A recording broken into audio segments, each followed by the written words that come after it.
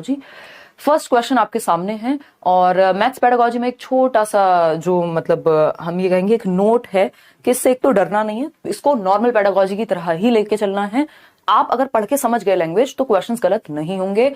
At least जिसका maths भी week है ना वो भी मैथ्स पेडागोजी में 15 में से 10, 11, 12 नंबर तक भी लेकर के आ सकता है। मुश्किल से 2-3 क्वेश्चन ऐसे होते हैं कई बार जो फंस सकते हैं आपके। अदरवाइज थोड़ी सी प्रैक्टिस, मैराथन अगर आपने पहले से देख ली है या मैंने आपको नोट्स शेयर किए हुए हैं वो नोट्स पढ़ लिए हैं फ्री, तो आप आराम से 10-12 नंबर लेकर के आ सकते हैं मैथ्स पेडागोजी में। आज का सेशन आपके अंडरस्टैंडिंग को थोड़ा सा बेटर बनाएगा। तो स्टार्ट करते हैं। अलग अलग जवाब आप लोग अलग अलग दे रहे हैं। डी ऑप्शन कह रहे हैं कई लोग, 46% लोग।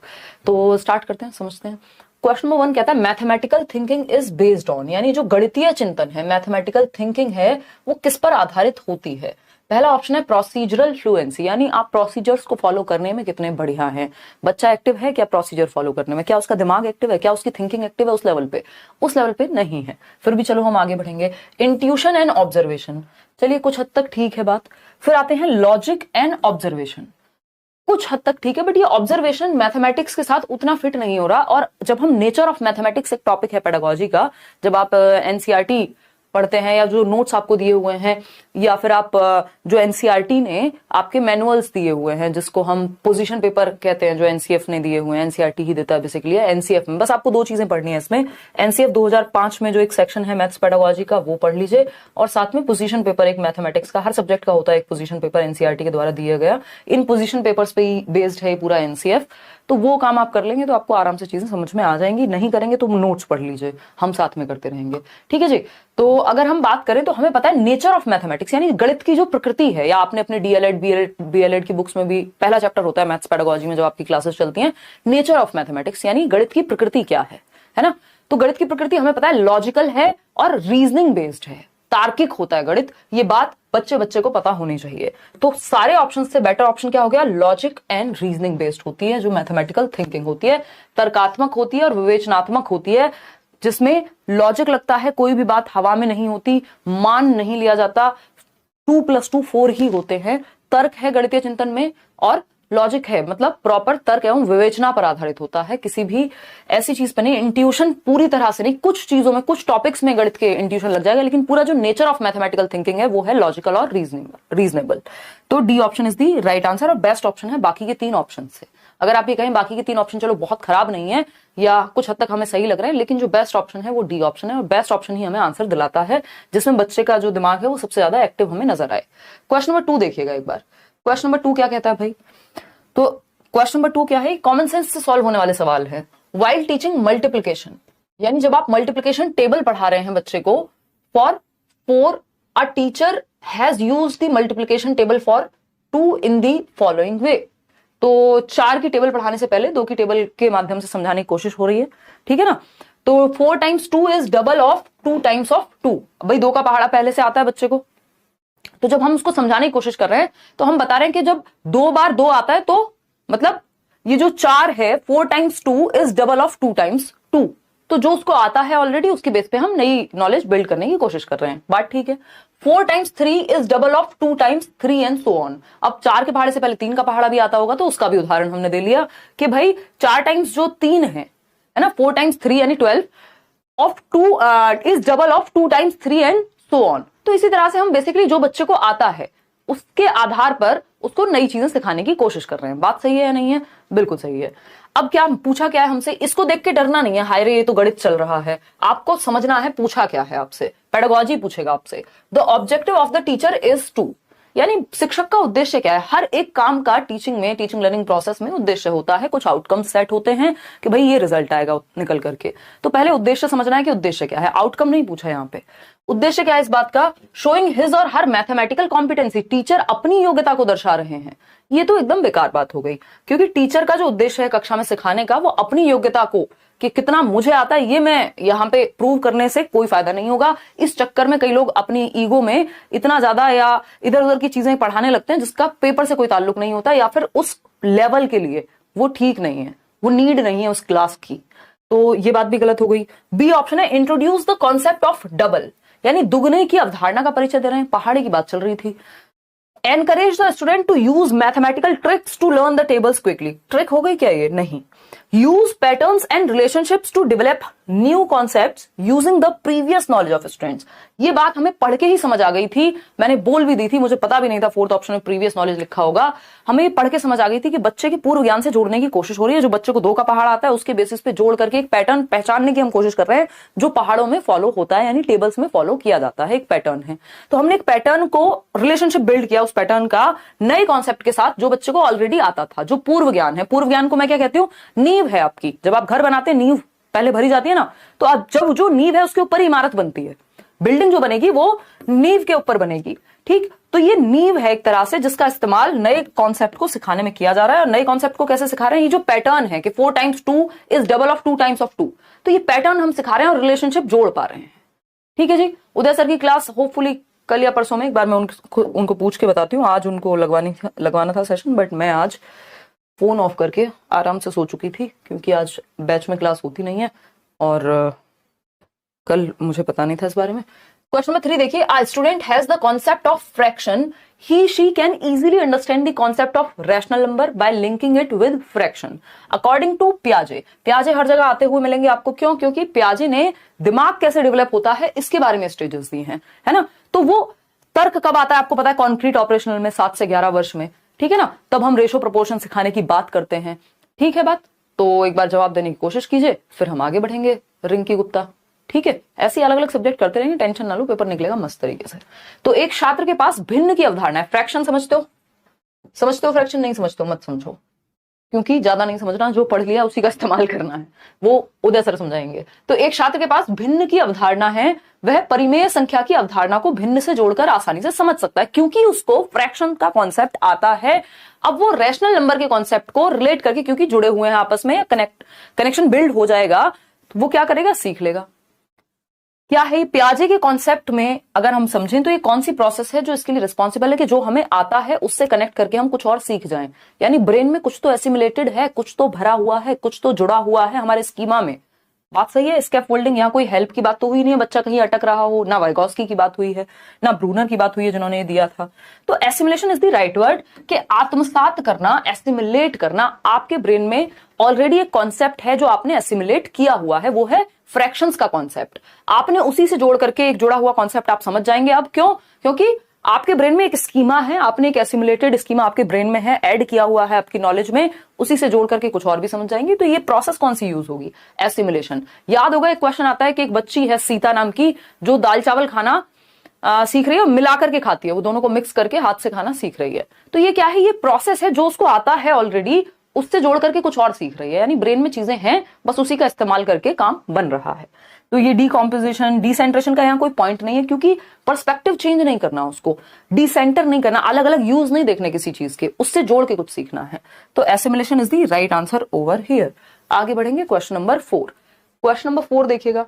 क्वेश्चन नंबर 4 है आपका, अगर आप 10 सेट बैठ करके 5 सेट मैं सॉल्व करा दूं, या जितना भी हो पाएगा उतना करने की कोशिश करेंगे, 5 आप खुद से, 10 आप खुद से बैठ करके सिर्फ प्रीवियस ईयर के सेट सॉल्व कर लेते हैं, ये 15-15 नंबर के, 10 नंबर से 1 नंबर कम आएगा नहीं। और वो जो फ्री नोट्स दिए हुए हैं डिस्क्रिप्शन बॉक्स में उनको पढ़ लेना, है ना। ऊपर ही रहोगे, फिर आप 15 के आसपास ही जाओगे। बल्कि a grade 4 student is enable to do multiplication, एक 4th कक्षा का बच्चा है जो मल्टीप्लीकेशन नहीं कर पा रहा है, जबकि हम FLN में फ्लुएंसी और जो आपका फाउंडेशनल लिटरेसी एंड न्यूमरेसी की बात है, जो हम कह रहे हैं कि बच्चे को 3री कक्षा तक आ जानी चाहिए कि बेसिक जोड़ घटा गुणा भाग वो सीख जाए, पढ़ना लिखना वो सीख जाए, ये आपका नेशनल एजुकेशन पॉलिसी कहती है ना। और कक्षा 3 तक, यानी लगभग 8-9 साल की उम्र तक, 9 साल की उम्र से पहले पहले बच्चे को ये आना चाहिए। लेकिन एक बच्चा है जो 4th क्लास में आने के बावजूद आपका मल्टीप्लीकेशन उसको नहीं आता, involving 2 digit numbers, 2 digit number का। भाई 2 डिजिट में मुश्किल होती है ना, हो सकता है 1 डिजिट का उसको आता होगा। तो 2 डिजिट नंबर, यानी उसको कहीं 32 गुणा 32 करो तो उसको दिक्कत हो सकती है। ठीक, which of the following can be best adopted by the teacher to help the child learn multiplication of 2 digit numbers. अब टीचर को कौन सी युक्ति का इस्तेमाल करना चाहिए कि वो 2 डिजिट, 2 संख्याओं का गुणा करना उसको सिखा पाए बच्चे को। तो पहला ऑप्शन है, he she should make the student memorise multiplication. अब आपने पेडागोजी इतनी पढ़ ली है, CDP इतनी पढ़ ली है, आपको पता है कि याद कराना, रट्टे लगवाना, ये सब कोई बहुत एक्टिव रखने का तरीका बच्चे को नहीं है। उसे विद्यार्थियों को पहले गुणन सारणी पहाड़े याद करवाने चाहिए, होता है ऐसा। लेकिन अब यहाँ 2 डिजिट की बात हो रही है, तो 2 डिजिट में ऐसा नहीं है कि पहाड़े उसको आते ही नहीं होंगे, है ना भाई। अगर सिंगल डिजिट भी आती होगी तो कुछ पहाड़े आते भी होंगे। तो मुद्दा यहाँ पे याद करवाना नहीं होता कभी भी, सिंपल फंडा ये है। He she should tell the student to use calculator to multiply 2 numbers। तो फिर टीचर का क्या चार डाले वो बेचारा बच्चा, जब उसको कैलकुलेटर से ही हमेशा जो है गुणा करनी है। तो कोई सेंस इस बात का बना नहीं, बच्चा उतना एक्टिव यहाँ नहीं है। बच्चे को सिखाने पे हमें जोर देना है यहाँ पे, ये नहीं है कि बस आंसर आ जाए, ठीक है ना।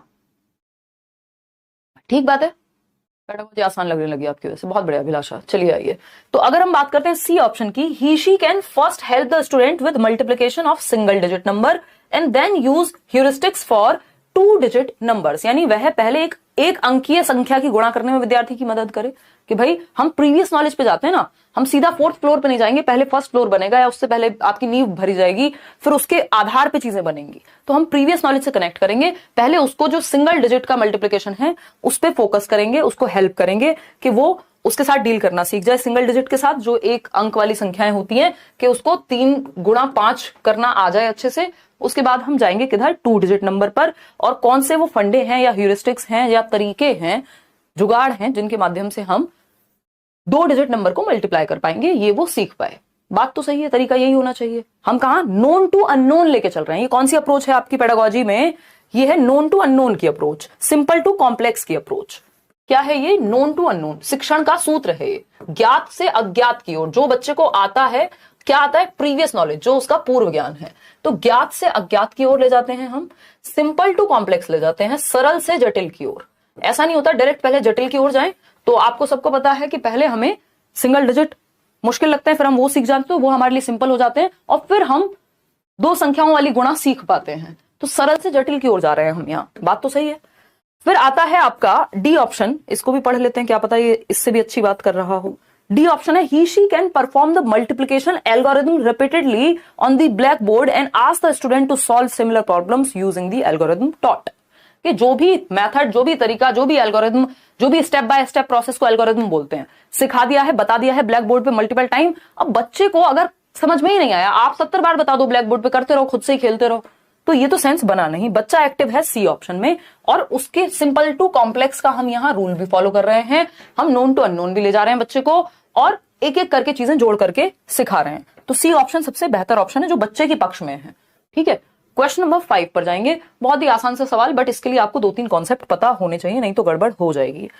बस नंबर 75, बस का नंबर क्या है 75, goes to the central market, एक केंद्रीय बाजार में जा रही है आसपास कहीं या जहां पे भी। Here the use of number is dash, यानी ये जो नंबर का यूज हुआ है, बस संख्या 75।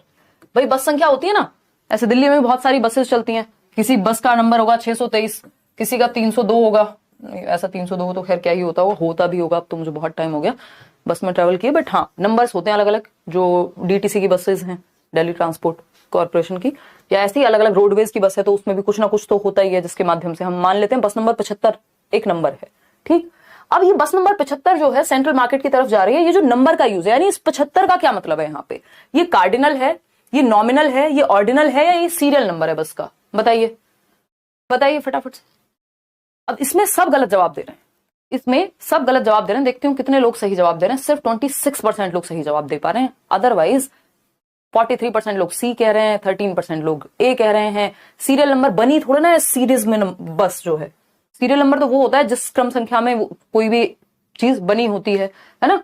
तो अगर हम बात करें यहाँ पे, तो ये ऑर्डिनल नहीं होगा, सी ऑप्शन जितने लोग कह रहे हैं, ये नॉमिनल नंबर है एक, जो उस बस को नंबर दे दिया गया है। जैसे 623 को उस बस की संख्या नहीं है, वो लेबल कर दिया गया है जिससे पहचान पाए, अंकित है ये, है ना। वो अंकित मूल्य पढ़ते थे, विराट कोहली की जर्सी पे अगर 18 लिखा हुआ है, तो ऐसा थोड़ी विराट कोहली का कुछ 18 मतलब कुछ कहीं कोई ऑर्डर बन रहा है टीम में, 18 तो प्लेयर भी नहीं होते अगर देखा जाए तो ये क्या, या एमएस धोनी की हम बात करें तो 7 नंबर उनको दे दिया गया है ना। सचिन तेंदुलकर की जर्सी बहुत फेमस है 10 नंबर, या ऐसे और भी बहुत सारे एग्जांपल्स हो सकते हैं। तो वो लेबल के लिए है, उसका अपने आप में कोई ऐसा महत्व नहीं है कि वो 10 लोग के बारे में बात हो रही है या क्रम के बारे में बात हो रही है। ऑर्डिनल में तो क्रम होता है, बस नंबर 75 का मतलब ये नहीं कि वो एक क्रम में लगी हुई बस है, वैसी बात नहीं हुई। हो सकता है वो आगे खड़ी हो, पीछे खड़ी हो, ये जस्ट एक लेबलिंग नंबर दिया गया है। तो ये क्या हुआ, अंकित नंबर हुआ या अंकित संख्या हुई, नॉमिनल नंबर। अगर हम कार्डिनल की बात करते हैं तो कार्डिनल बताता है कि कोई चीज कितनी है, कि 12 लोग। अब ये 12 लोग, जो 12 नंबर है वो कार्डिनल हो गया यहां पे, कि टोटल कितनी संख्या है किसी चीज की, 12। ठीक है बात। अगर हम बात करते हैं यहां पे कितने आदमी थे, याद कीजिए शोले मूवी, कितने, 4-5 जो भी थे, तो वो कार्डिनल नंबर हो गया कि टोटल कितनी संख्या, किस बारे में बात हो रही है, कितने लोग हैं, हाउ मैनी, तो वो कार्डिनल नंबर से पता चलता है। ठीक। अगर हम बात करें यहां पर, अगर लेबल करने के लिए जो हम संख्या यूज कर रहे हैं वो है नॉमिनल नंबर। ठीक है बात। ऑर्डिनल नंबर ऑर्डर बताती है किसी चीज का, कि भाई यहां से तीसरा, किसी को अगर हमें बताना हो कि भाई कि फलाने का घर कहां है या कोई जगह कहां है, तो हम कहते हैं यार यहां से ना तीसरे कट पे लेफ्ट ले लेना। अब वो तीसरा जो है वो ऑर्डिनल है, वो पहला आएगा, फिर दूसरा आएगा, फिर तीसरा आएगा। यहां जरूरी नहीं है 75 का मतलब है टोटल नंबर बसेस जो है 75 ही होंगी। सीरियल नंबर हमें पता ही है, कोई चीज जब बनती है तो उसकी एक सीरीज में एक नंबर होता है, क्रम संख्या, जो एक तरह का अगर देखा जाए तो ऑर्डिनल नंबर ही हो गया, कि ऑर्डर के हिसाब से सीरीज बनाई गई है। तो ये एक बेसिक सी बात है, nominal number is the right answer, ध्यान रखिएगा। ऑर्डिनल ऑर्डर को, क्रम सूचक है। क्वेश्चन नंबर 6, सीरियल नंबर नहीं है वो बस का, जो कई लोग सीरियल नंबर अभी भी कह रहे हैं। क्वेश्चन नंबर 6 देखिएगा एक बार। क्वेश्चन नंबर 6 क्या है, when asked to numerically represent the number 402। ये क्वेश्चन हर बार आता है पेडागोजी में, बस थोड़ा सा घुमा फिरा करके पूछ लेता है। ठीक है जी। अगर हम बात करें, 402 लिखने को कहा गया बच्चे को, है ना, कक्षा 5 के एक विद्यार्थी को जब 402 लिखने को कहा गया तो वह 4002 लिख देता है ना, 4002 लिख देता है। उसी प्रकार 608 लिखने को कहा गया तो 6008 लिख देता है, एक जीरो एक्स्ट्रा चल रही है। ठीक है ना।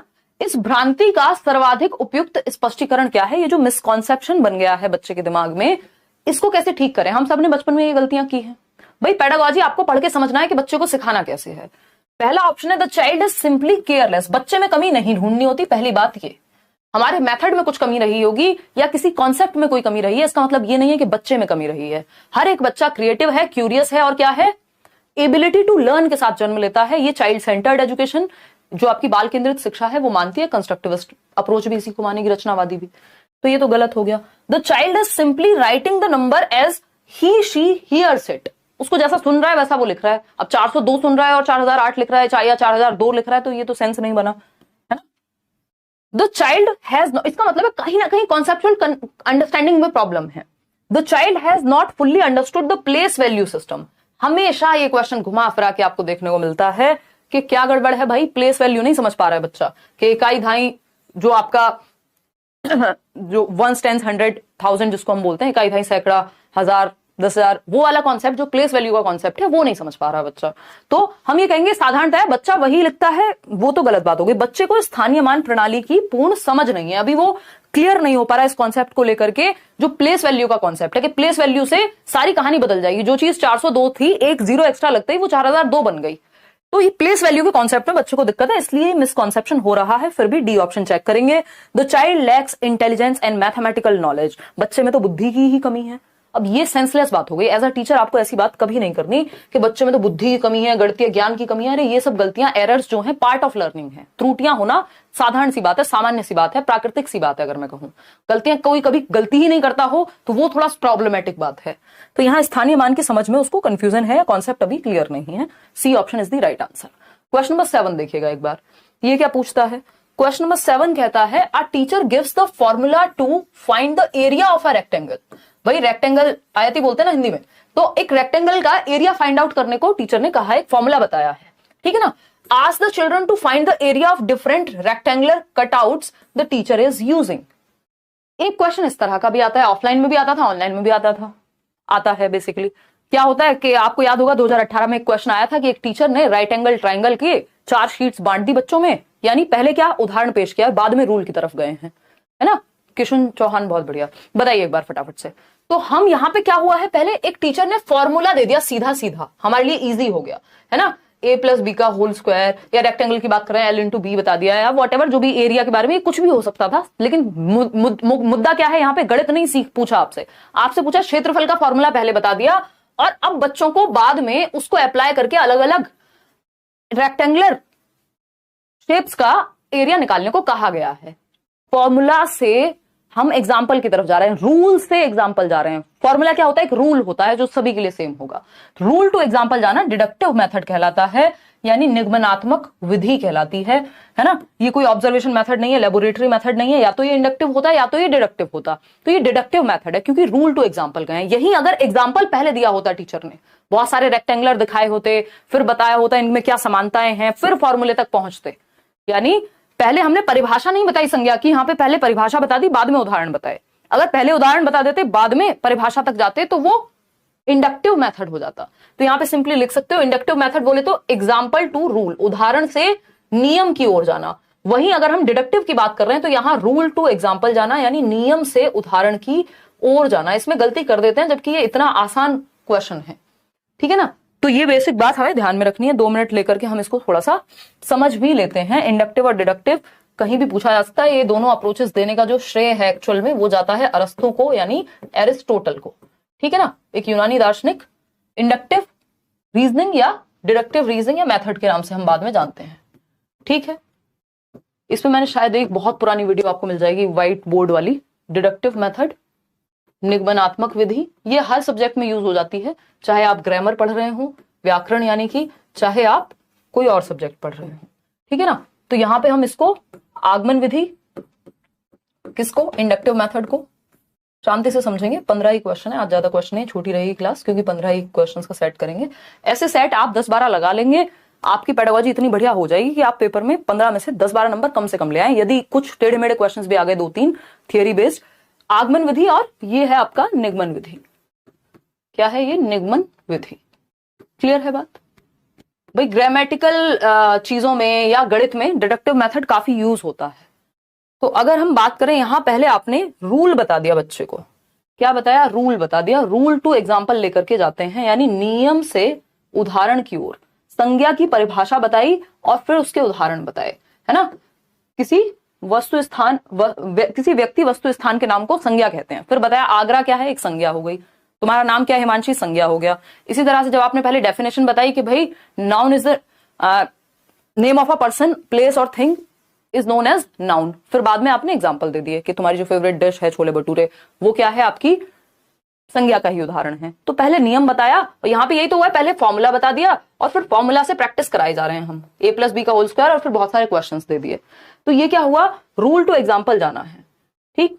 अगर हम इंडक्टिव की बात करें, छोटे बच्चों के लिए इंडक्टिव ज्यादा बेटर रहता है, बाकी डिपेंड करता है कहाँ आप कौन सी अप्रोच यूज करेंगे, वो उस चीज पे डिपेंड करेगा जो आप पढ़ा रहे हैं। दोनों का मिक्स एंड मैच भी चल सकता है। छोटे बच्चों के लिए इंडक्टिव ज्यादा बेहतर रहता है क्योंकि यहाँ हम उदाहरण से नियम की ओर जाते हैं।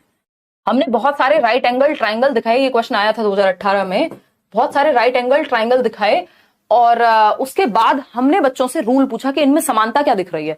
ये ऐसा हो गया, अगर मैं गणित के कॉन्सेप्ट के हिसाब से बताऊं, कि आपने पहले क्या किया, 4 शीट दे दी बच्चों को जिसमें स्क्वायर बना था। स्क्वायर समझते हो, वर्ग कहते हैं स्क्वायर को। 4 पिक्चर दी या 4 पेपर दिए बच्चों को जिसमें स्क्वायर्स थे, ठीक। अब आपने कहा कि इसके बारे में तुम्हें क्या लग रहा है कि क्या समानता है इनमें, या क्या प्रॉपर्टी हो सकती है इसकी। तो बच्चे कहेंगे ये चारों की ही जो डायमेंशन है वो बराबर है, जो चारों भुजाएं हैं वो बराबर हैं वर्ग में। तो फिर हम रूल पे गए, रूल तक हम पहुंचते हैं उदाहरण से कि भाई ये जो 4 साइड्स होती हैं वो इक्वल होती हैं एक ट्राइंगल में, सॉरी वर्ग में, या जिसको हम स्क्वायर कह रहे हैं, या ट्राइंगल की अपनी प्रॉपर्टीज होंगी। तो आपने पहले एग्जाम्पल से रूल गए। अगर आप डायरेक्ट पहले रूल बता दें कि भाई चारों भुजाएं बराबर होती हैं एक वर्ग के अंदर या एक स्क्वायर के अंदर, तो वो तुरंत डिडक्टिव बन जाएगा। क्यों, क्योंकि फॉर्मूला पहले बता दिया, ठीक है ना। तो यहाँ पे एग्जाम्पल टू रूल, या हम एग्जाम्पल को कहते हैं स्पेसिफिक टू जनरल, बट वो उतना बनता नहीं है। रूल टू एग्जाम्पल का मतलब है जनरल टू स्पेसिफिक, सामान्य से विशिष्ट की ओर। इतनी बेसिक बातें ध्यान रखनी है, सिंपल ये एक लाइन याद रखोगे चल जाएगा काम। आगे बढ़ेंगे क्वेश्चन नंबर 8 पर। क्वेश्चन नंबर 8 क्या कहता है भाई, समझते हैं। पेडागोजिकल क्वेश्चन है, लैंग्वेज हमेशा बड़ी होती है बट डरना नहीं है, आपने घबराना नहीं है।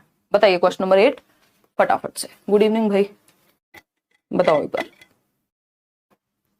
सब्सक्राइब करके बेल आइकॉन दबा करके रखा करो ताकि नोटिफिकेशन टाइम पे पहुंच जाए, या फिर टेलीग्राम चैनल पे भी जुड़ जाओ ताकि वहां फिर मैं कोई भी सेशन होता है उससे पहले नोटिफिकेशन आपका जाता ही है।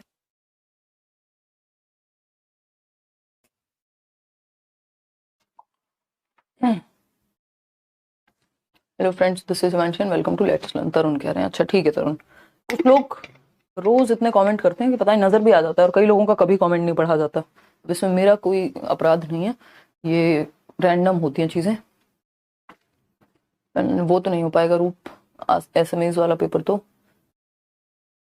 नहीं नहीं नहीं, वो नहीं दे पाएंगे भाई गोपाल सर। सभी लाइक कर दो सेशन को। अरुणा देखो कितनी प्यारी बात कर रही है, जवाब दे दिया आपने पोल में अरुणा, बताइए। 53% लोग। चलिए देखते हैं, ए कह रहे हैं 53% लोग। जेनेट अपनी कक्षा में बहुभुज के कई उदाहरण देती है, यानी Janet uses many examples and non examples. Non examples पता है ना, जो उस चीज के अराउंड होते हैं या इनडायरेक्टली उस चीज को क्लियर करने में मदद करते हैं हमारी। कि जब आपने समझाया कि ट्राइंगल क्या होता है तो आपने एक एग्जांपल दे दिया किसका, स्क्वायर का, कि देखो स्क्वायर ट्राइंगल नहीं होता, तो ये नॉन एग्जांपल हो गया, ठीक है ना। तो जब आप एग्जांपल और नॉन एग्जांपल दे रहे हैं किसका, पॉलीगन्स का, यानी बहुभुज का। In her class she uses mathematical vocabulary and engages the students in discussions, यानी बच्चे एक्टिव हैं क्योंकि चर्चा में इन्वॉल्व कर रही हैं teacher. She has the knowledge of errors, यानी बच्चे गलतियां करते हैं ये टीचर को पता है। एंड ऑल्टरनेट कॉन्सेप्शंस, उनको ये भी पता है कि बच्चे कई बार भ्रांतियां पैदा हो जाती हैं बच्चे के दिमाग में। जैसे अभी एक मिसकॉन्सेप्शन पढ़ा था ना हमने थोड़ी देर पहले, कोई क्वेश्चन था तो भ्रांति पैदा हो जाती है। वो सोच सकता है कि नहीं यार रेक्टेंगुलर की भी चारों साइड बराबर होती हैं, मतलब कुछ भी ऐसी भ्रांति मिसकॉन्सेप्शन पैदा हो सकता है, ये भी टीचर को पता है पहले से। As a mathematics teacher which of the following is most appropriate for Janet. अब जेनेट एक गणित की शिक्षिका के रूप में सबसे उचित बात जेनेट के लिए क्या है, बताइए। हाँ पोल में आंसर देते हैं और फिर चेंज कर लेते हैं। आजकल तो चेंज वाला system I think Taleb change हो गया, अब आप शायद अपना आंसर चेंज नहीं कर पाते हैं। देखिएगा, तो अगर हम बात करें, आप भी तो इसलिए पढ़ रहे हैं पेडागोजी में अल्टरनेट कॉन्सेप्शंस, ये जो आपकी वैकल्पिक अवधारणाएं हैं हम क्यों जान रहे हैं। पेडागोजी में अलग से एक टॉपिक है जिसपे हम चर्चा करते रहते हैं। एरर, यानी आपको एज अ टीचर ये भी पता होना चाहिए कि बच्चों का गलतियां करना सामान्य बात है। लर्निंग की प्रोसेस में, अधिगम की प्रक्रिया में, शिक्षण अधिगम की प्रक्रिया में गलतियां सामान्य सी बात है, पार्ट एंड पार्सल है। अब ये बात जो है एक मैथमेटिक्स टीचर के रूप में क्या सबसे उपयुक्त बात है जेनेट के बारे में, जबकि उनको ये सब पता है। She has pedagogical content knowledge, यानी उन्हें शिक्षा शास्त्रीय विषय वस्तु का ज्ञान है, जैसे आप पढ़ रहे हैं अभी, है ना, कि पेडागोजी स्पेशली पढ़नी है, नहीं तो सीटेट क्लियर नहीं हो पाएगा। जिसको पेडागोजी नहीं आती उसका सीटेट नहीं हो सकता, है ना। रटने से तो सिर्फ नहीं काम चलेगा, कुछ ना कुछ फंडे तो दिमाग में रखने पड़ेंगे। तो पेडागोजी क्या है, science of teaching, art of teaching, पढ़ाते कैसे हैं, वो उस चीज का शास्त्र पेडागोजी है, कि पढ़ाने का शास्त्र, एक तरह से शिक्षण शास्त्र इसीलिए कहते हैं उसको। तो इनको नॉलेज है कि बच्चे गलतियां भी करते हैं, बच्चे ऑल्टरनेटिव कॉन्सेप्शंस या भ्रांतियां भी बच्चों में पैदा हो जाती हैं, और वो एग्जाम्पल और नॉन एग्जाम्पल दोनों दे रही हैं ताकि बच्चे को और ज्यादा क्लियर हो जाए कि जब वो बर्ड के बारे में बता रही हैं तो वो बता दें कि ये हेलीकॉप्टर है और ये बर्ड नहीं होता। जब वो स्क्वायर के बारे में बता रही हैं या पॉलीगन के बारे में बता रही हैं तो उन्होंने और भी शेप्स दिखाई कि देखो ये पॉलीगन से कैसे अलग हैं। तो ये नॉन एग्जाम्पल होता है कि कैसे अलग है, ठीक। She has only subject matter knowledge, भैया ये एरर का कॉन्सेप्ट, ऑल्टरनेटिव कॉन्सेप्ट या एग्जांपल्स और नॉन एग्जांपल्स यूज करना, ये पेडागोजिकल कॉन्सेप्ट है। ये सिर्फ गणित में नहीं, हर सब्जेक्ट में लागू होते हैं, हर सब्जेक्ट को पढ़ाने में लागू होते हैं। तो ऐसा नहीं, सब्जेक्ट मैटर की ही नॉलेज है। She has understanding of mathematical errors, यहां पे लिखा है कि मैथमेटिकल एरर, ये तो इन जनरल बच्चे हर सब्जेक्ट में गलतियां कर सकते हैं, भ्रांतियां हर सब्जेक्ट में पैदा हो सकती हैं, कंफ्यूजन हर सब्जेक्ट में पैदा हो सकती है, एग्जांपल्स हर सब्जेक्ट में दिए जाते हैं। डी ऑप्शन है, शी हैज करिकुलर नॉलेज। तो ऐसा थोड़ी सिर्फ पाठ्यक्रम की ही वो बात कर रहे हैं कि जो पाठ्यक्रम में वही पढ़ा पाएंगी। इस अप्रोच से जिसको पढ़ाने का ज्ञान है वो कुछ भी पढ़ा सकता है, पढ़ाने का तरीका अगर किसी को आता है तो ये बात तो सही है। तो A option is the right answer, उसे शिक्षा शास्त्रीय विषय वस्तु का ज्ञान है, यानी टीचर जो है जेनेट को she has pedagogical content knowledge, पढ़ाने के फंडे पता है, साइंस ऑफ टीचिंग पता है, तो अच्छी पेडागोजिकल स्किल है टीचर की। A option is the right answer. Question number 9 देखिए एक बार फटाफट से। क्वेश्चन नंबर 9 कहता है, इन अ कंस्ट्रक्टिविस्ट क्लासरूम, एक रचनावादी कक्ष। याद कीजिए आपका एनसीएफ भी रचनावाद को फॉलो करता है, आपकी नेशनल एजुकेशन पॉलिसी भी, यानी रचनावाद क्या कहता है, प्याजे, वाइगॉस्की, ब्रूनर, ये सब रचनावादी हैं जो कहते हैं बच्चे को एक्टिव रखो, मीनिंगफुल लर्निंग होनी चाहिए, अर्थ निर्माण होना चाहिए, ठीक है ना, ठीक है। हाँ सही है शिवानी शर्मा, बिल्कुल। देखिए जवाब दीजिए, 72%, 71% लोग ए दे रहे हैं जवाब। चलिए देखते हैं। तो एक कंस्ट्रक्टिविस्ट क्लासरूम में जहां नॉलेज को कंस्ट्रक्ट किया जाएगा, बच्चे को एक्टिव रखा जाएगा, अब mathematics teacher can improve the teaching and learning process by, एक संरचनावादी कक्ष में गणित का एक शिक्षक शिक्षण एवं अधिगम प्रक्रिया में सुधार कैसे कर सकता है, बच्चों को और ज्यादा एक्टिव रख के। रिफ्लेक्टिंग ऑन क्लासरूम प्रैक्टिसेस, यानी कक्षाई प्रक्रियाओं पर मनन करके कि आज मैंने क्या पढ़ाया, क्या सही हुआ, कहां बच्चों को कंफ्यूजन हुई, अगली बार कौन सा बेहतर उदाहरण दिया जा सकता है, एग्जाम्पल कौन सा और बेटर यूज किया जा सकता है, बच्चों को ज्यादा एक्टिव कैसे रखा जा सकता है, इस चीज पे मेटाकॉग्निटिव परासंज्ञानात्मक क्षमताएं वो यूज कर रही हैं, मेटाकॉग्निटिव एबिलिटीज यूज कर रही हैं, रिव्यू कर रही हैं, प्लान कर रही हैं, रिफ्लेक्ट कर रही हैं, मेरी टीचिंग लर्निंग में क्या चेंज आना चाहिए और बेहतर कैसे बनाऊं। हर दिन का एक प्लानिंग होती है टीचर की। तो ये बात एकदम सही है कि यहाँ पे रचनात्मकतावाद फॉलो हो रहा है, क्योंकि बच्चे को सेंटर में रखा जा रहा है। Giving more questions for practice, सिर्फ अभ्यास के लिए ज्यादा प्रश्न दे देना, अब ये तो रिफ्लेक्ट करके पता चलेगा ना कि कमी कहां है या बेहतरी की जरूरत कहां है, इंप्रूवमेंट की जरूरत कहां है। अब सीधा बस प्रैक्टिस, हर चीज का इलाज प्रैक्टिस, ऐसा नहीं होता। सर का दर्द है तब भी डॉक्टर पेट दर्द की दवाई दे, हार्ट अटैक आया किसी को तो उसमें भी पेट दर्द की दवाई दी जा रही है, तो वैसी बात हो गई, हर चीज के लिए प्रैक्टिस करा दो बस। Focusing only on summative assessment, summative assessment essay, ये होता है जजमेंट के लिए, अंत में होगा, और टीचिंग लर्निंग प्रोसेस के एंड में जो आप सबमिटिव हाफ ईयरली या ईयरली एग्जाम देते हैं और सीधा आपको पता चल जाएगा इतने % आपने अचीव किया है। जबकि फॉर्मेटिव असेसमेंट ज्यादा बेटर है, उसमें फीडबैक मिलता है और वो during the process of teaching learning होता है। मतलब जैसे अभी आप साथ में पोल भी दे रहे हैं, मैं साथ में डिस्कशन भी कर रही हूं, तो टीचिंग लर्निंग प्रोसेस के बीच में चल रही है ये चीज या साथ में चल रही है, इसको फॉर्मेटिव असेसमेंट कहेंगे, रचनात्मक आकलन। जबकि आप पेपर फाइनल देकर के आएंगे, वहां पे एक बार में ही कहानी खत्म है, सबमेटिव असेसमेंट है वो। तो सबमेटिव असेसमेंट कोई सही तरीका नहीं है, रचनावादी कक्षा कक्ष ये नहीं मानता कि लास्ट में बस नंबर में डिवाइड कर दो। Identifying bright students and preparing them for competitive examinations, रचनावाद ये नहीं कहता कि कुछ बच्चों को तो निकाल लो और उनको कॉम्पिटिटिव एग्जाम के लिए प्रिपेयर कराओ क्योंकि वो ब्राइट हैं और बाकी बच्चों को छोड़ दो। रचनावाद तो बच्चे की क्या है, यूनिकनेस पे जाएगा। थोड़ा फास्ट कराइए, चलिए ठीक है फास्ट कराइए, बहुत जल्दी में है। जो लोग पेडागोजी से डरते हैं, स्पेशली मैथ्स पेडागोजी से, उनको और डरा दें। तो कक्षाई प्रक्रियाओं पे रिफ्लेक्ट करेगी टीचर, मनन करेगी, चिंतन मनन करके, और फिर आगे क्या चेंज हो सकता है। टीचर क्या है, फैसिलिटेटर है। रचनावाद में टीचर सुविधादाता है। क्वेश्चन नंबर 10 देखिएगा एक बार। क्वेश्चन नंबर 10 देखिए, क्वेश्चन ज्यादा नहीं है, 15 क्वेश्चन आने हैं, तो उनको अच्छे से डिटेल में कर लेंगे तो नुकसान नहीं होगा, फायदा ही होगा। देखिएगा क्या है question. According to national curriculum framework 2005, यानी राष्ट्रीय पाठ्यचर्या की रूपरेखा 2005 के अनुसार, teaching and learning methods in mathematics at primary level should focus on, यानी जो आपका एनसीएफ है उसके अनुसार प्राथमिक स्तर पर गणित में शिक्षण और अधिगम विधियां केंद्रित होनी चाहिए। यानी किस तरह के या किन तरह के मेथड्स को हम यूज करें प्राइमरी लेवल पर एनसीएफ के according. Child centred methods, constructivism पे बेस्ड है आपका पूरा जो एनसीएफ है, यानी बच्चे को एक्टिव रखो। टीचर क्या है, सुविधादाता है, फैसिलिटेटर, एक माली की तरह, एक गार्डनर की तरह है जो ध्यान रखता है, ठीक, थोपता नहीं है चीजें। तो जहां बच्चा एक्टिव होगा हम समझ जाएंगे।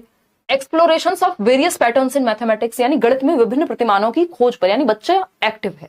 जब वो खोज करेगा, एक्सप्लोर करेगा, डिफरेंट पैटर्न्स को समझेगा, तो बच्चा एक्टिव है, बात तो सही है। Developing the skills of estimation and approximation among learners, शिक्षार्थियों में अनुमान एवं सन्निकटन के कौशलों के विकास पर ध्यान दें कि भाई अप्रोक्सीमेशन पता हो, उसको 0.5 लिखा है तो इसका मतलब ये होगा, है ना। एक बेसिक स्किल्स एस्टिमेट करने की चीजों को आ जाए गणित में, चलो जरूरी है। Informal ways of learning like games, solving puzzles, यानी जो अधिगम की अनौपचारिक विधियां हैं, यानी सिर्फ पेन पेपर पे नहीं, जो डिफरेंट तरीके से बच्चा लाइफ में सीख रहा है कि पजल सॉल्व करके, गेम खेल करके भी वो कॉन्सेप्ट सीखता है, तो बच्चा इसमें भी एक्टिव है, यहां भी एक्टिव है। रिगरस प्रॉब्लम सॉल्विंग, देखो प्रॉब्लम सॉल्विंग तक बात सही थी, वो भी प्रॉब्लम सॉल्विंग किस लेवल पे कह रहे हैं, प्राइमरी लेवल पे। अंतहीन प्रॉब्लम सॉल्विंग, बस समस्या समाधान कराओ रात और दिन, ये वैसी सी बात हो गई। रिगरस प्रॉब्लम सॉल्विंग सही उत्तर नहीं है ना। तो डी ही यहां सिर्फ नेगेटिव है, और एबीसीडी का तो वैसे भी हमारे पास ऑप्शन नहीं है, तो आंसर जो है एबीसी हो जाएगा, सिंपल। क्योंकि परिशुद्ध समस्या समाधान, यानी सिर्फ समस्या समाधान पे हार्डकोर फोकस कर रहे हैं प्राइमरी लेवल पे, जब भी आपको बच्चे को एक्टिव रखने पे फोकस करना है। अभी वो इतना बड़ा समस्या समाधान करता नहीं बन गया है, तो रिग्रेस नहीं लिखा होता तो एक बार को फिर भी इंक्लूड कर लेते, या फिर चारों ऑप्शंस होते, तब भी ऐसा नहीं, मुझे नहीं लगता कि लोग फिर रिग्रेस वर्ड अपने आप हटा देते। आपसे दुश्मनी तो है नहीं, तो C option is the right answer over here. आगे बढ़ेंगे, क्वेश्चन नंबर 11 देखिएगा। क्वेश्चन नंबर 11 देखिएगा, तो ये भी क्वेश्चंस आजकल देख रहे हैं आप, इस तरह के कॉम्बिनेशन वाले क्वेश्चंस आते हैं। ये क्वेश्चंस इजी होते हैं बट कई लोग कंफ्यूज हो जाते हैं इसमें। Which of the following are the various structures associated with the concept of division? भाग याद कीजिए, है ना। संबंधित विभिन्न, किससे संबंधित, विभाजन से संबंधित। जो डिवीजन है आपका, भाग देना है ना। 32 को भाग देना है किससे, 6 से, ठीक। बताइए तो इसके लिए कौन सी संरचनाएं बच्चे को या संकल्पनाओं से उसको परिचित होना चाहिए? तो पहला है ऑर्डरिंग, यानी 1 2 3 4, रेशो, इक्वल शेयरिंग या रीअरेंजिंग। बी ऑप्शन 53% लोग जवाब दे पा रहे हैं, बी एंड सी।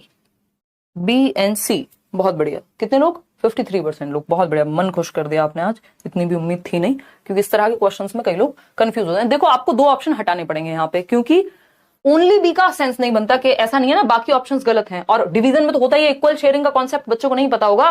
भाई हम ऐसे ही तो पढ़ाते हैं कि 4 चीजें हमारे पास और 2 लोग हैं, तो कैसे बांटे कि बराबर बढ़ जाए, तो इसके लिए हम डिवीजन का कॉन्सेप्ट यूज करते हैं। तो डिवीजन में या भाग में इक्वल शेयरिंग की तो जरूरत पड़ती ही है, समान संभागी ये आता ही है। जब भी हम डिवीजन का कॉन्सेप्ट लाते हैं तो हम इसी तरह से ऐसे ही वर्ड प्रॉब्लम्स फेंकते हैं बच्चों के सामने, जिससे हम इंट्रोड्यूस कर पाए किसको? डिवीजन के कॉन्सेप्ट को। बात तो सही है। और किस रेशो में बांटे? रेशो भी भाग में आता ही है, जुड़ा हुआ कॉन्सेप्ट है बिल्कुल, तो ये बात तो सही है। ऑर्डरिंग का कॉन्सेप्ट यहाँ पे क्रम में लगाना, जब हम डिवीजन तक गए तो ये हम वैसे भी मान रहे हैं कि इतना उसको आता होगा, ठीक है ना। रीअरेंज करना वो यहाँ पे मुख्य बात नहीं रह जाती, तो बी और सी ज्यादा अप्रोप्रिएट है, हमें छोड़ना पड़ेगा ए और डी को, ठीक। तो B option is the right answer. आगे बढ़ेंगे क्वेश्चन नंबर 12 पर। ये क्या कहता है भाई? क्वेश्चन नंबर 12 कहता है development of numeracy skills does not imply, यानी जो संख्यात्मक ज्ञान है बच्चे का, या संख्याई कौशल के विकास का अर्थ क्या नहीं है। नॉट पूछा है आपसे, है ना। वो फाउंडेशनल लिटरेसी एंड न्यूमरेसी की हम बात कर रहे थे कि बच्चे को बेसिक संख्यात्मक ज्ञान होना चाहिए। बताइए एक बार फटाफट से बताइए क्या जवाब सही होगा। नोट्स तो आपको कान्हा मिले हुए हैं ऑलरेडी, मैंने डिस्क्रिप्शन बॉक्स में टेलीग्राम पे भी पिन किए हुए हैं। फ्री नोट्स हैं वो 5 सब्जेक्ट के, पढ़ लो एक बार उनको देख करके, ठीक है जी। आज सारे ठीक जा रहे हैं, बहुत बढ़िया ललित यादव। देखिए बी ऑप्शन कितने लोग कह रहे हैं? 74% लोग। चलिए समझते हैं। संख्याई कौशल के विकास का अर्थ नहीं है, आपको एक नेगेटिव ऑप्शन चूज करना पड़ेगा। Knowledge about numbers and number operations, संख्याओं और संख्याओं की प्रक्रियाओं के बारे में ज्ञान होना, बिल्कुल हम कहेंगे किसका क्या है ये? एक न्यूमरेसी के बारे में, संख्यात्मक जो समझ है आपकी उसके बारे में बात है। Understanding about numbers as well as shapes, आपको नंबर्स और शेप्स के बारे में आइडिया हो, चलो ठीक है, ये बात भी, बच्चा एक्टिव भी है और नंबर्स के बारे में जानकारी आना होगा। रोट मेमोराइजेशन, बस मिल गया आपको जवाब। Rote memorization of counting numbers, ये रटना तो कभी भी हम कहते ही नहीं है कि हमारे किसी भी पढ़ाने के मेथड में आना चाहिए कि हम रटवा रहे हैं, मेमोराइज करवा रहे हैं, रिकॉल करवा रहे हैं बच्चे को, रिप्रोड्यूस करवा रहे हैं मियर इंफॉर्मेशन को, है ना। Skills required for handling data in real life, ये सारे बढ़िया हैं, लेकिन रोट मेमोराइजेशन गलत है, और जो गलत है वही सही है क्योंकि पूछा ही गलत है। तो C option is the right answer over here. Question number 13 देखेंगे और देखते हैं कि क्या पूछा है क्वेश्चन नंबर 13 ने। देखते हैं। एट प्राइमरी स्टेज यानी प्राथमिक स्तर पर mathematics text books include a variety of poems, stories and patterns, which of the following describes the most appropriate reason for this as per the NCF 2005। जो आपका document है, जो आपको NCF जिसको हम कहते हैं, जो आपको दिशा देता है कि कौन सी चीजें कैसे पढ़ाई जानी चाहिए, NCERT ने डेवलप किया था। अभी नया NCF भी आ चुका है, ठीक है ना। बताइए। बहुत बढ़िया, डी ऑप्शन 76% लोग कह रहे हैं। और 2 सवाल और हैं इसके बाद, और फिर पोल वाली दीदी सो गई हैं, नहीं पोल वाले भैया हैं, वो वैसे भी थोड़े सोए हुए रहते हैं। देखिएगा एक बार, अगर हम बात करें, सोई नहीं है एक्चुअली, होता क्या है कि जिनका इंटरनेट वीक होता है कई बार उनके पास पोल पहले आ जाता है, वीडियो थोड़ी कई बार अटकने में, क्योंकि पोल इजी सी बात है इंटरनेट के पर्सपेक्टिव से सोचोगे तो, बहुत भारी डेटा नहीं लगेगा, और वीडियो अगर कहीं थोड़ी बहुत लैग कर जाती है तो उन लोगों को लगता है पोल पहले आ गया या तो पोल बाद में आया, तो वो नेट का कुछ प्रॉब्लम होता है, उस केस में ज्यादा ऐसा लगता है। देखिएगा, प्राथमिक स्तर के गणित थोड़ा बहुत कुछ माइक्रो सेकंड्स का इधर उधर होता भी है, बट उतना नहीं होता कि बहुत लेट लगे। प्राथमिक स्तर के गणित में पाठ्य पुस्तकें, विविध कविताएं, कहानियां और प्रतिमान संलग्न होते हैं। जब आप गणित की भी किताब पढ़ेंगे 1st to 5th की, तो उसमें बहुत सारी स्टोरीज होती हैं। आपको लगेगा पता नहीं ये क्या चल रहा है, गणित है कि स्टोरी है, क्योंकि बच्चे वैसे ही सीखते हैं। इंग्लिश भी कराएंगे प्रैक्टिस, और ना टेंशन ना लो, ठीक। तो बच्चे वैसे ही सीखते हैं। अब कौन सा रीजन एप्रोप्रिएट है एनसीएफ के अकॉर्डिंग ये इंक्लूड करने का, कि हमने मैथ्स में स्टोरीज वगैरह इंक्लूड की हैं, word problems and all, to make mathematics class less boring for the children. चलो बात तो ठीक है, लेकिन और बेटर ऑप्शन चूज करने की कोशिश करेंगे। To develop the vocabulary of children, बच्चों की शब्दावली तो भाषा से भी विकसित हो सकती है, गणित में ही कहानियां डाल के सीखेंगे। To get for some leisure time in the mathematics class, थोड़ा फालतू टाइम, फ्री टाइम मिल जाए जिसमें आराम से कहानियां चलती रहें, कोई सेंस है इस बात की। डी ऑप्शन है to make mathematics contextual and related to life experiences of children. बस आपको यही देखना है बच्चे के भले की तरफ कौन सा ऑप्शन आपको लेकर के जा रहा है, और कोई भी चीज यदि एनसीएफ कह रहा है तो वो बच्चे के भले के लिए होगी, वो टाइम पास के लिए नहीं होगी। वो वोकैबुलरी बढ़ाने के लिए जो शब्दावली है वो बेहतर हो, उसके लिए भाषा की क्लास अलग से होती है, लैंग्वेज की, हिंदी इंग्लिश की। तो गणित को संदर्भित बनाना और बच्चों के जीवन के अनुभवों से जोड़ना, ऐसा नहीं है वोकैबुलरी बिल्ड नहीं होगी, या ऐसा नहीं है इससे क्लास लेस बोरिंग नहीं बनेगी, दोनों बातें ठीक है अपनी जगह पे, लेकिन सबसे बेटर क्या है, ये उद्देश्य तो नहीं है, ये ऑब्जेक्टिव ये थोड़ी होता है कि बोरिंग कम हो जाए इसलिए पढ़ा रहे हैं, बल्कि ऑब्जेक्टिव ये होगा कि हम संदर्भ में सिखाएं बच्चे को, उसके लाइफ से जोड़ करके सिखाएं। जब हम बात करते हैं कि भाई तुम्हारे पास 5 टॉफी हैं और 6 फ्रेंड ने तुम्हारे, कैसे बांटोगे, तो ये क्या हुआ, ये हम उसके जीवन से जोड़ दे रहे हैं। तो D option is the right answer over here, इसलिए हमने वर्ड प्रॉब्लम्स या कहानियां, कविताएं ये सब जोड़ी हैं। क्वेश्चन नंबर 14 देखिएगा एक बार, क्या कहता है question number 14, second last question है। A student of class 5 performed multiplication of 2 digit numbers in the following way. 2 digit number का मल्टीप्लिकेशन एक बच्चे ने गुणा करके देखी है, 17 गुणा 26, 17 गुणा 20 प्लस 6 या 20 जमा 6 जिसको हम कह देते हैं, ठीक, 17 into 26 is equal to 17 into 20 plus 6। अब ये क्या किया बच्चे ने, उस 26 को तोड़ दिया है, बस डिफरेंट तरीके से गुणा की है, 26 को डायरेक्ट करके 20 प्लस 6, तो वो उसने अपनी क्रिएटिविटी लगाने की कोशिश की, गलत थोड़ी हो जाएगा जवाब, आंसर तो वही निकल के आएगा। तो अगर हम देखें how should the teacher evaluate this student, कैसे मूल्यांकन करे टीचर इस बच्चे का, फेल कर दे, नहीं, the teacher should give her 0 marks as this is incorrect method. पहले ही ऑप्शन में लिख दिया 0 नंबर दे दो। भाई इनकरेक्ट मेथड क्या होता है, उसने कक्षा 5 का बच्चा है, नए नए कॉन्सेप्ट सीख रहा है और अपने दिमाग के हिसाब से वो अपना क्रिएटिविटी लगाने की कोशिश कर रहा है, गलत थोड़ी जवाब किया जा सकता है। ये 26 को 20 प्लस 6 नहीं लिख सकते क्या, लिख सकते हैं, ठीक। The student has adopted a different method and hence should be praised and given full marks for this. विद्यार्थी ने एक अलग विधि का उपयोग किया है, इसलिए उसकी प्रशंसा कर पूरे अंक देने चाहिए। उसको अप्रिशिएट कर सकते हो, भाई तुमने डिफरेंट मेथड यूज किया है, बट अगर आपको अपना कोई इनपुट साथ में चिपकाना है कि बेटा इससे टाइम ज्यादा वेस्ट होता है या व्हाटएवर, तो वो आप एक कर सकते हो, लेकिन उसको उसने सही किया है, जो उत्तर है, सही दिया है, तो उस चीज के लिए आप उसको अप्रिशिएट करेंगे, और अप्रिशिएट करने के साथ साथ मतलब प्रेज कर सकते हैं, कोई दिक्कत इसमें है नहीं, उसको 0 नंबर तो नहीं देंगे। The teacher should deduct some marks for adopting a different algorithm. यही तो होता है, हम यही तो एक्सपेक्ट करते हैं कि बच्चा फिर अपनी अभिव्यक्ति भूल जाता है, फिर वो उतना ही लिखता है जैसा मेरे टीचर ने कराया, बस उतना ही लिखना है मुझे, कुछ भी अलग किया तो मैडम नंबर नहीं देंगी, यही होता है स्कूल्स में। डी ऑप्शन है, अगर अलग किया है और सही लिखा है तो कोई दिक्कत नहीं है, डिफरेंट मेथड हो सकता है, किसी बात को कहने का डिफरेंट तरीका भी हो सकता है, ये बात लैंग्वेज में भी लागू होगी, यहां भी लागू होगी। द टीचर शुड डिडक्ट नहीं, the teacher should tell the student to use the same method as taught in the classes. इसी की तो बात कर रही थी मैं, कि सेम नहीं कि मेरी टीचर ने तो ऐसे कराया, मैं इसको ऐसे लिख ही नहीं सकता, है ना। तो मेरे मामा जी टीचर थे और पूरी प्राइमरी एजुकेशन मतलब उन्होंने बहुत बढ़िया एक बेस बनवा दिया था मेरा, और ये मुझे याद है कि तो मैं एक डिफरेंट स्कूल में पढ़ती हूँ, वो भी पढ़ाते हैं बढ़िया से सारे सब्जेक्ट्स, और क्वालिफाइड हैं प्रॉपर, इतने साल से पढ़ा रहे हैं। अब वो मुझे अगर बचपन में बताते थे कि बेटा इसको ना ऐसे भी कर सकते हैं, या हम, मेरे को वो चीज समझ में आ गई है, लेकिन मुझे डर क्या है, मैं कहूंगी नहीं मेरी टीचर नंबर नहीं देगी मेरे को, तो वो बोलेंगे अच्छा कैसे नहीं देगी, मैं बात कर लूंगा या वॉट एवर, मतलब गलत नहीं है अगर कोई चीज, तो ये हमारे अंदर होता है।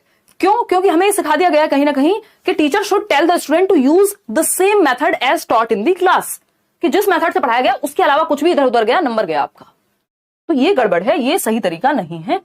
B option is the only right answer, के अलग मेथड यूज करने के लिए या किसी बात को अलग तरीके से कहने के लिए यदि सही जवाब है तो जवाब नंबर मिलने ही चाहिए, और एप्रिसिएशन भी मिलना चाहिए कि बच्चे ने क्रिएटिविटी का इस्तेमाल करने की कोशिश की है।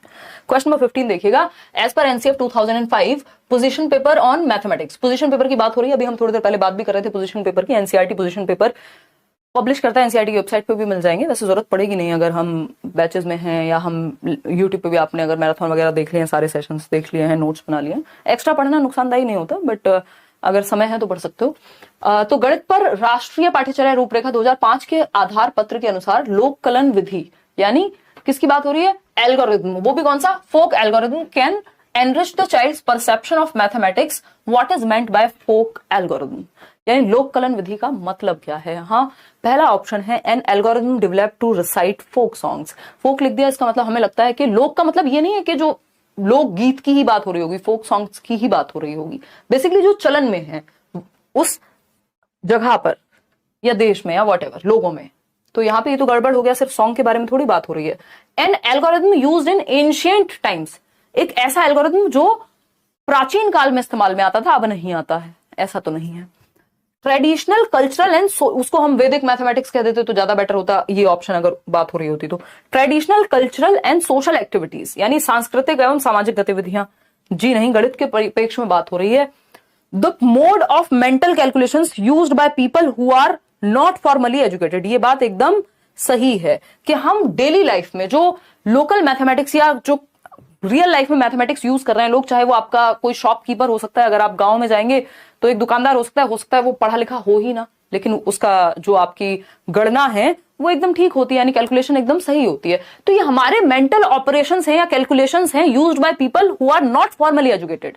आपके दादा नाना कोई भी व्यक्ति आपके आसपास हो सकते हैं जिनको प्रॉपर, जिन्होंने एजुकेशन नहीं ली है, लेकिन वो फिर भी उनके अपने फंडे हैं, या तो वो हाथ पे काउंट कर लेते हैं, हाथ पे भी क्या दिमाग में उनके आ जाती है, अच्छा 40 और 6, अच्छा इतना रहा होगा। अब वो व्यक्ति पढ़ा लिखा नहीं है लेकिन वो कैलकुलेशन यूज करता है, अपने मेंटल वेज हैं उसके, उन्हीं को हम फंडों को एल्गोरिथम कह रहे हैं यहाँ पे, ठीक है ना।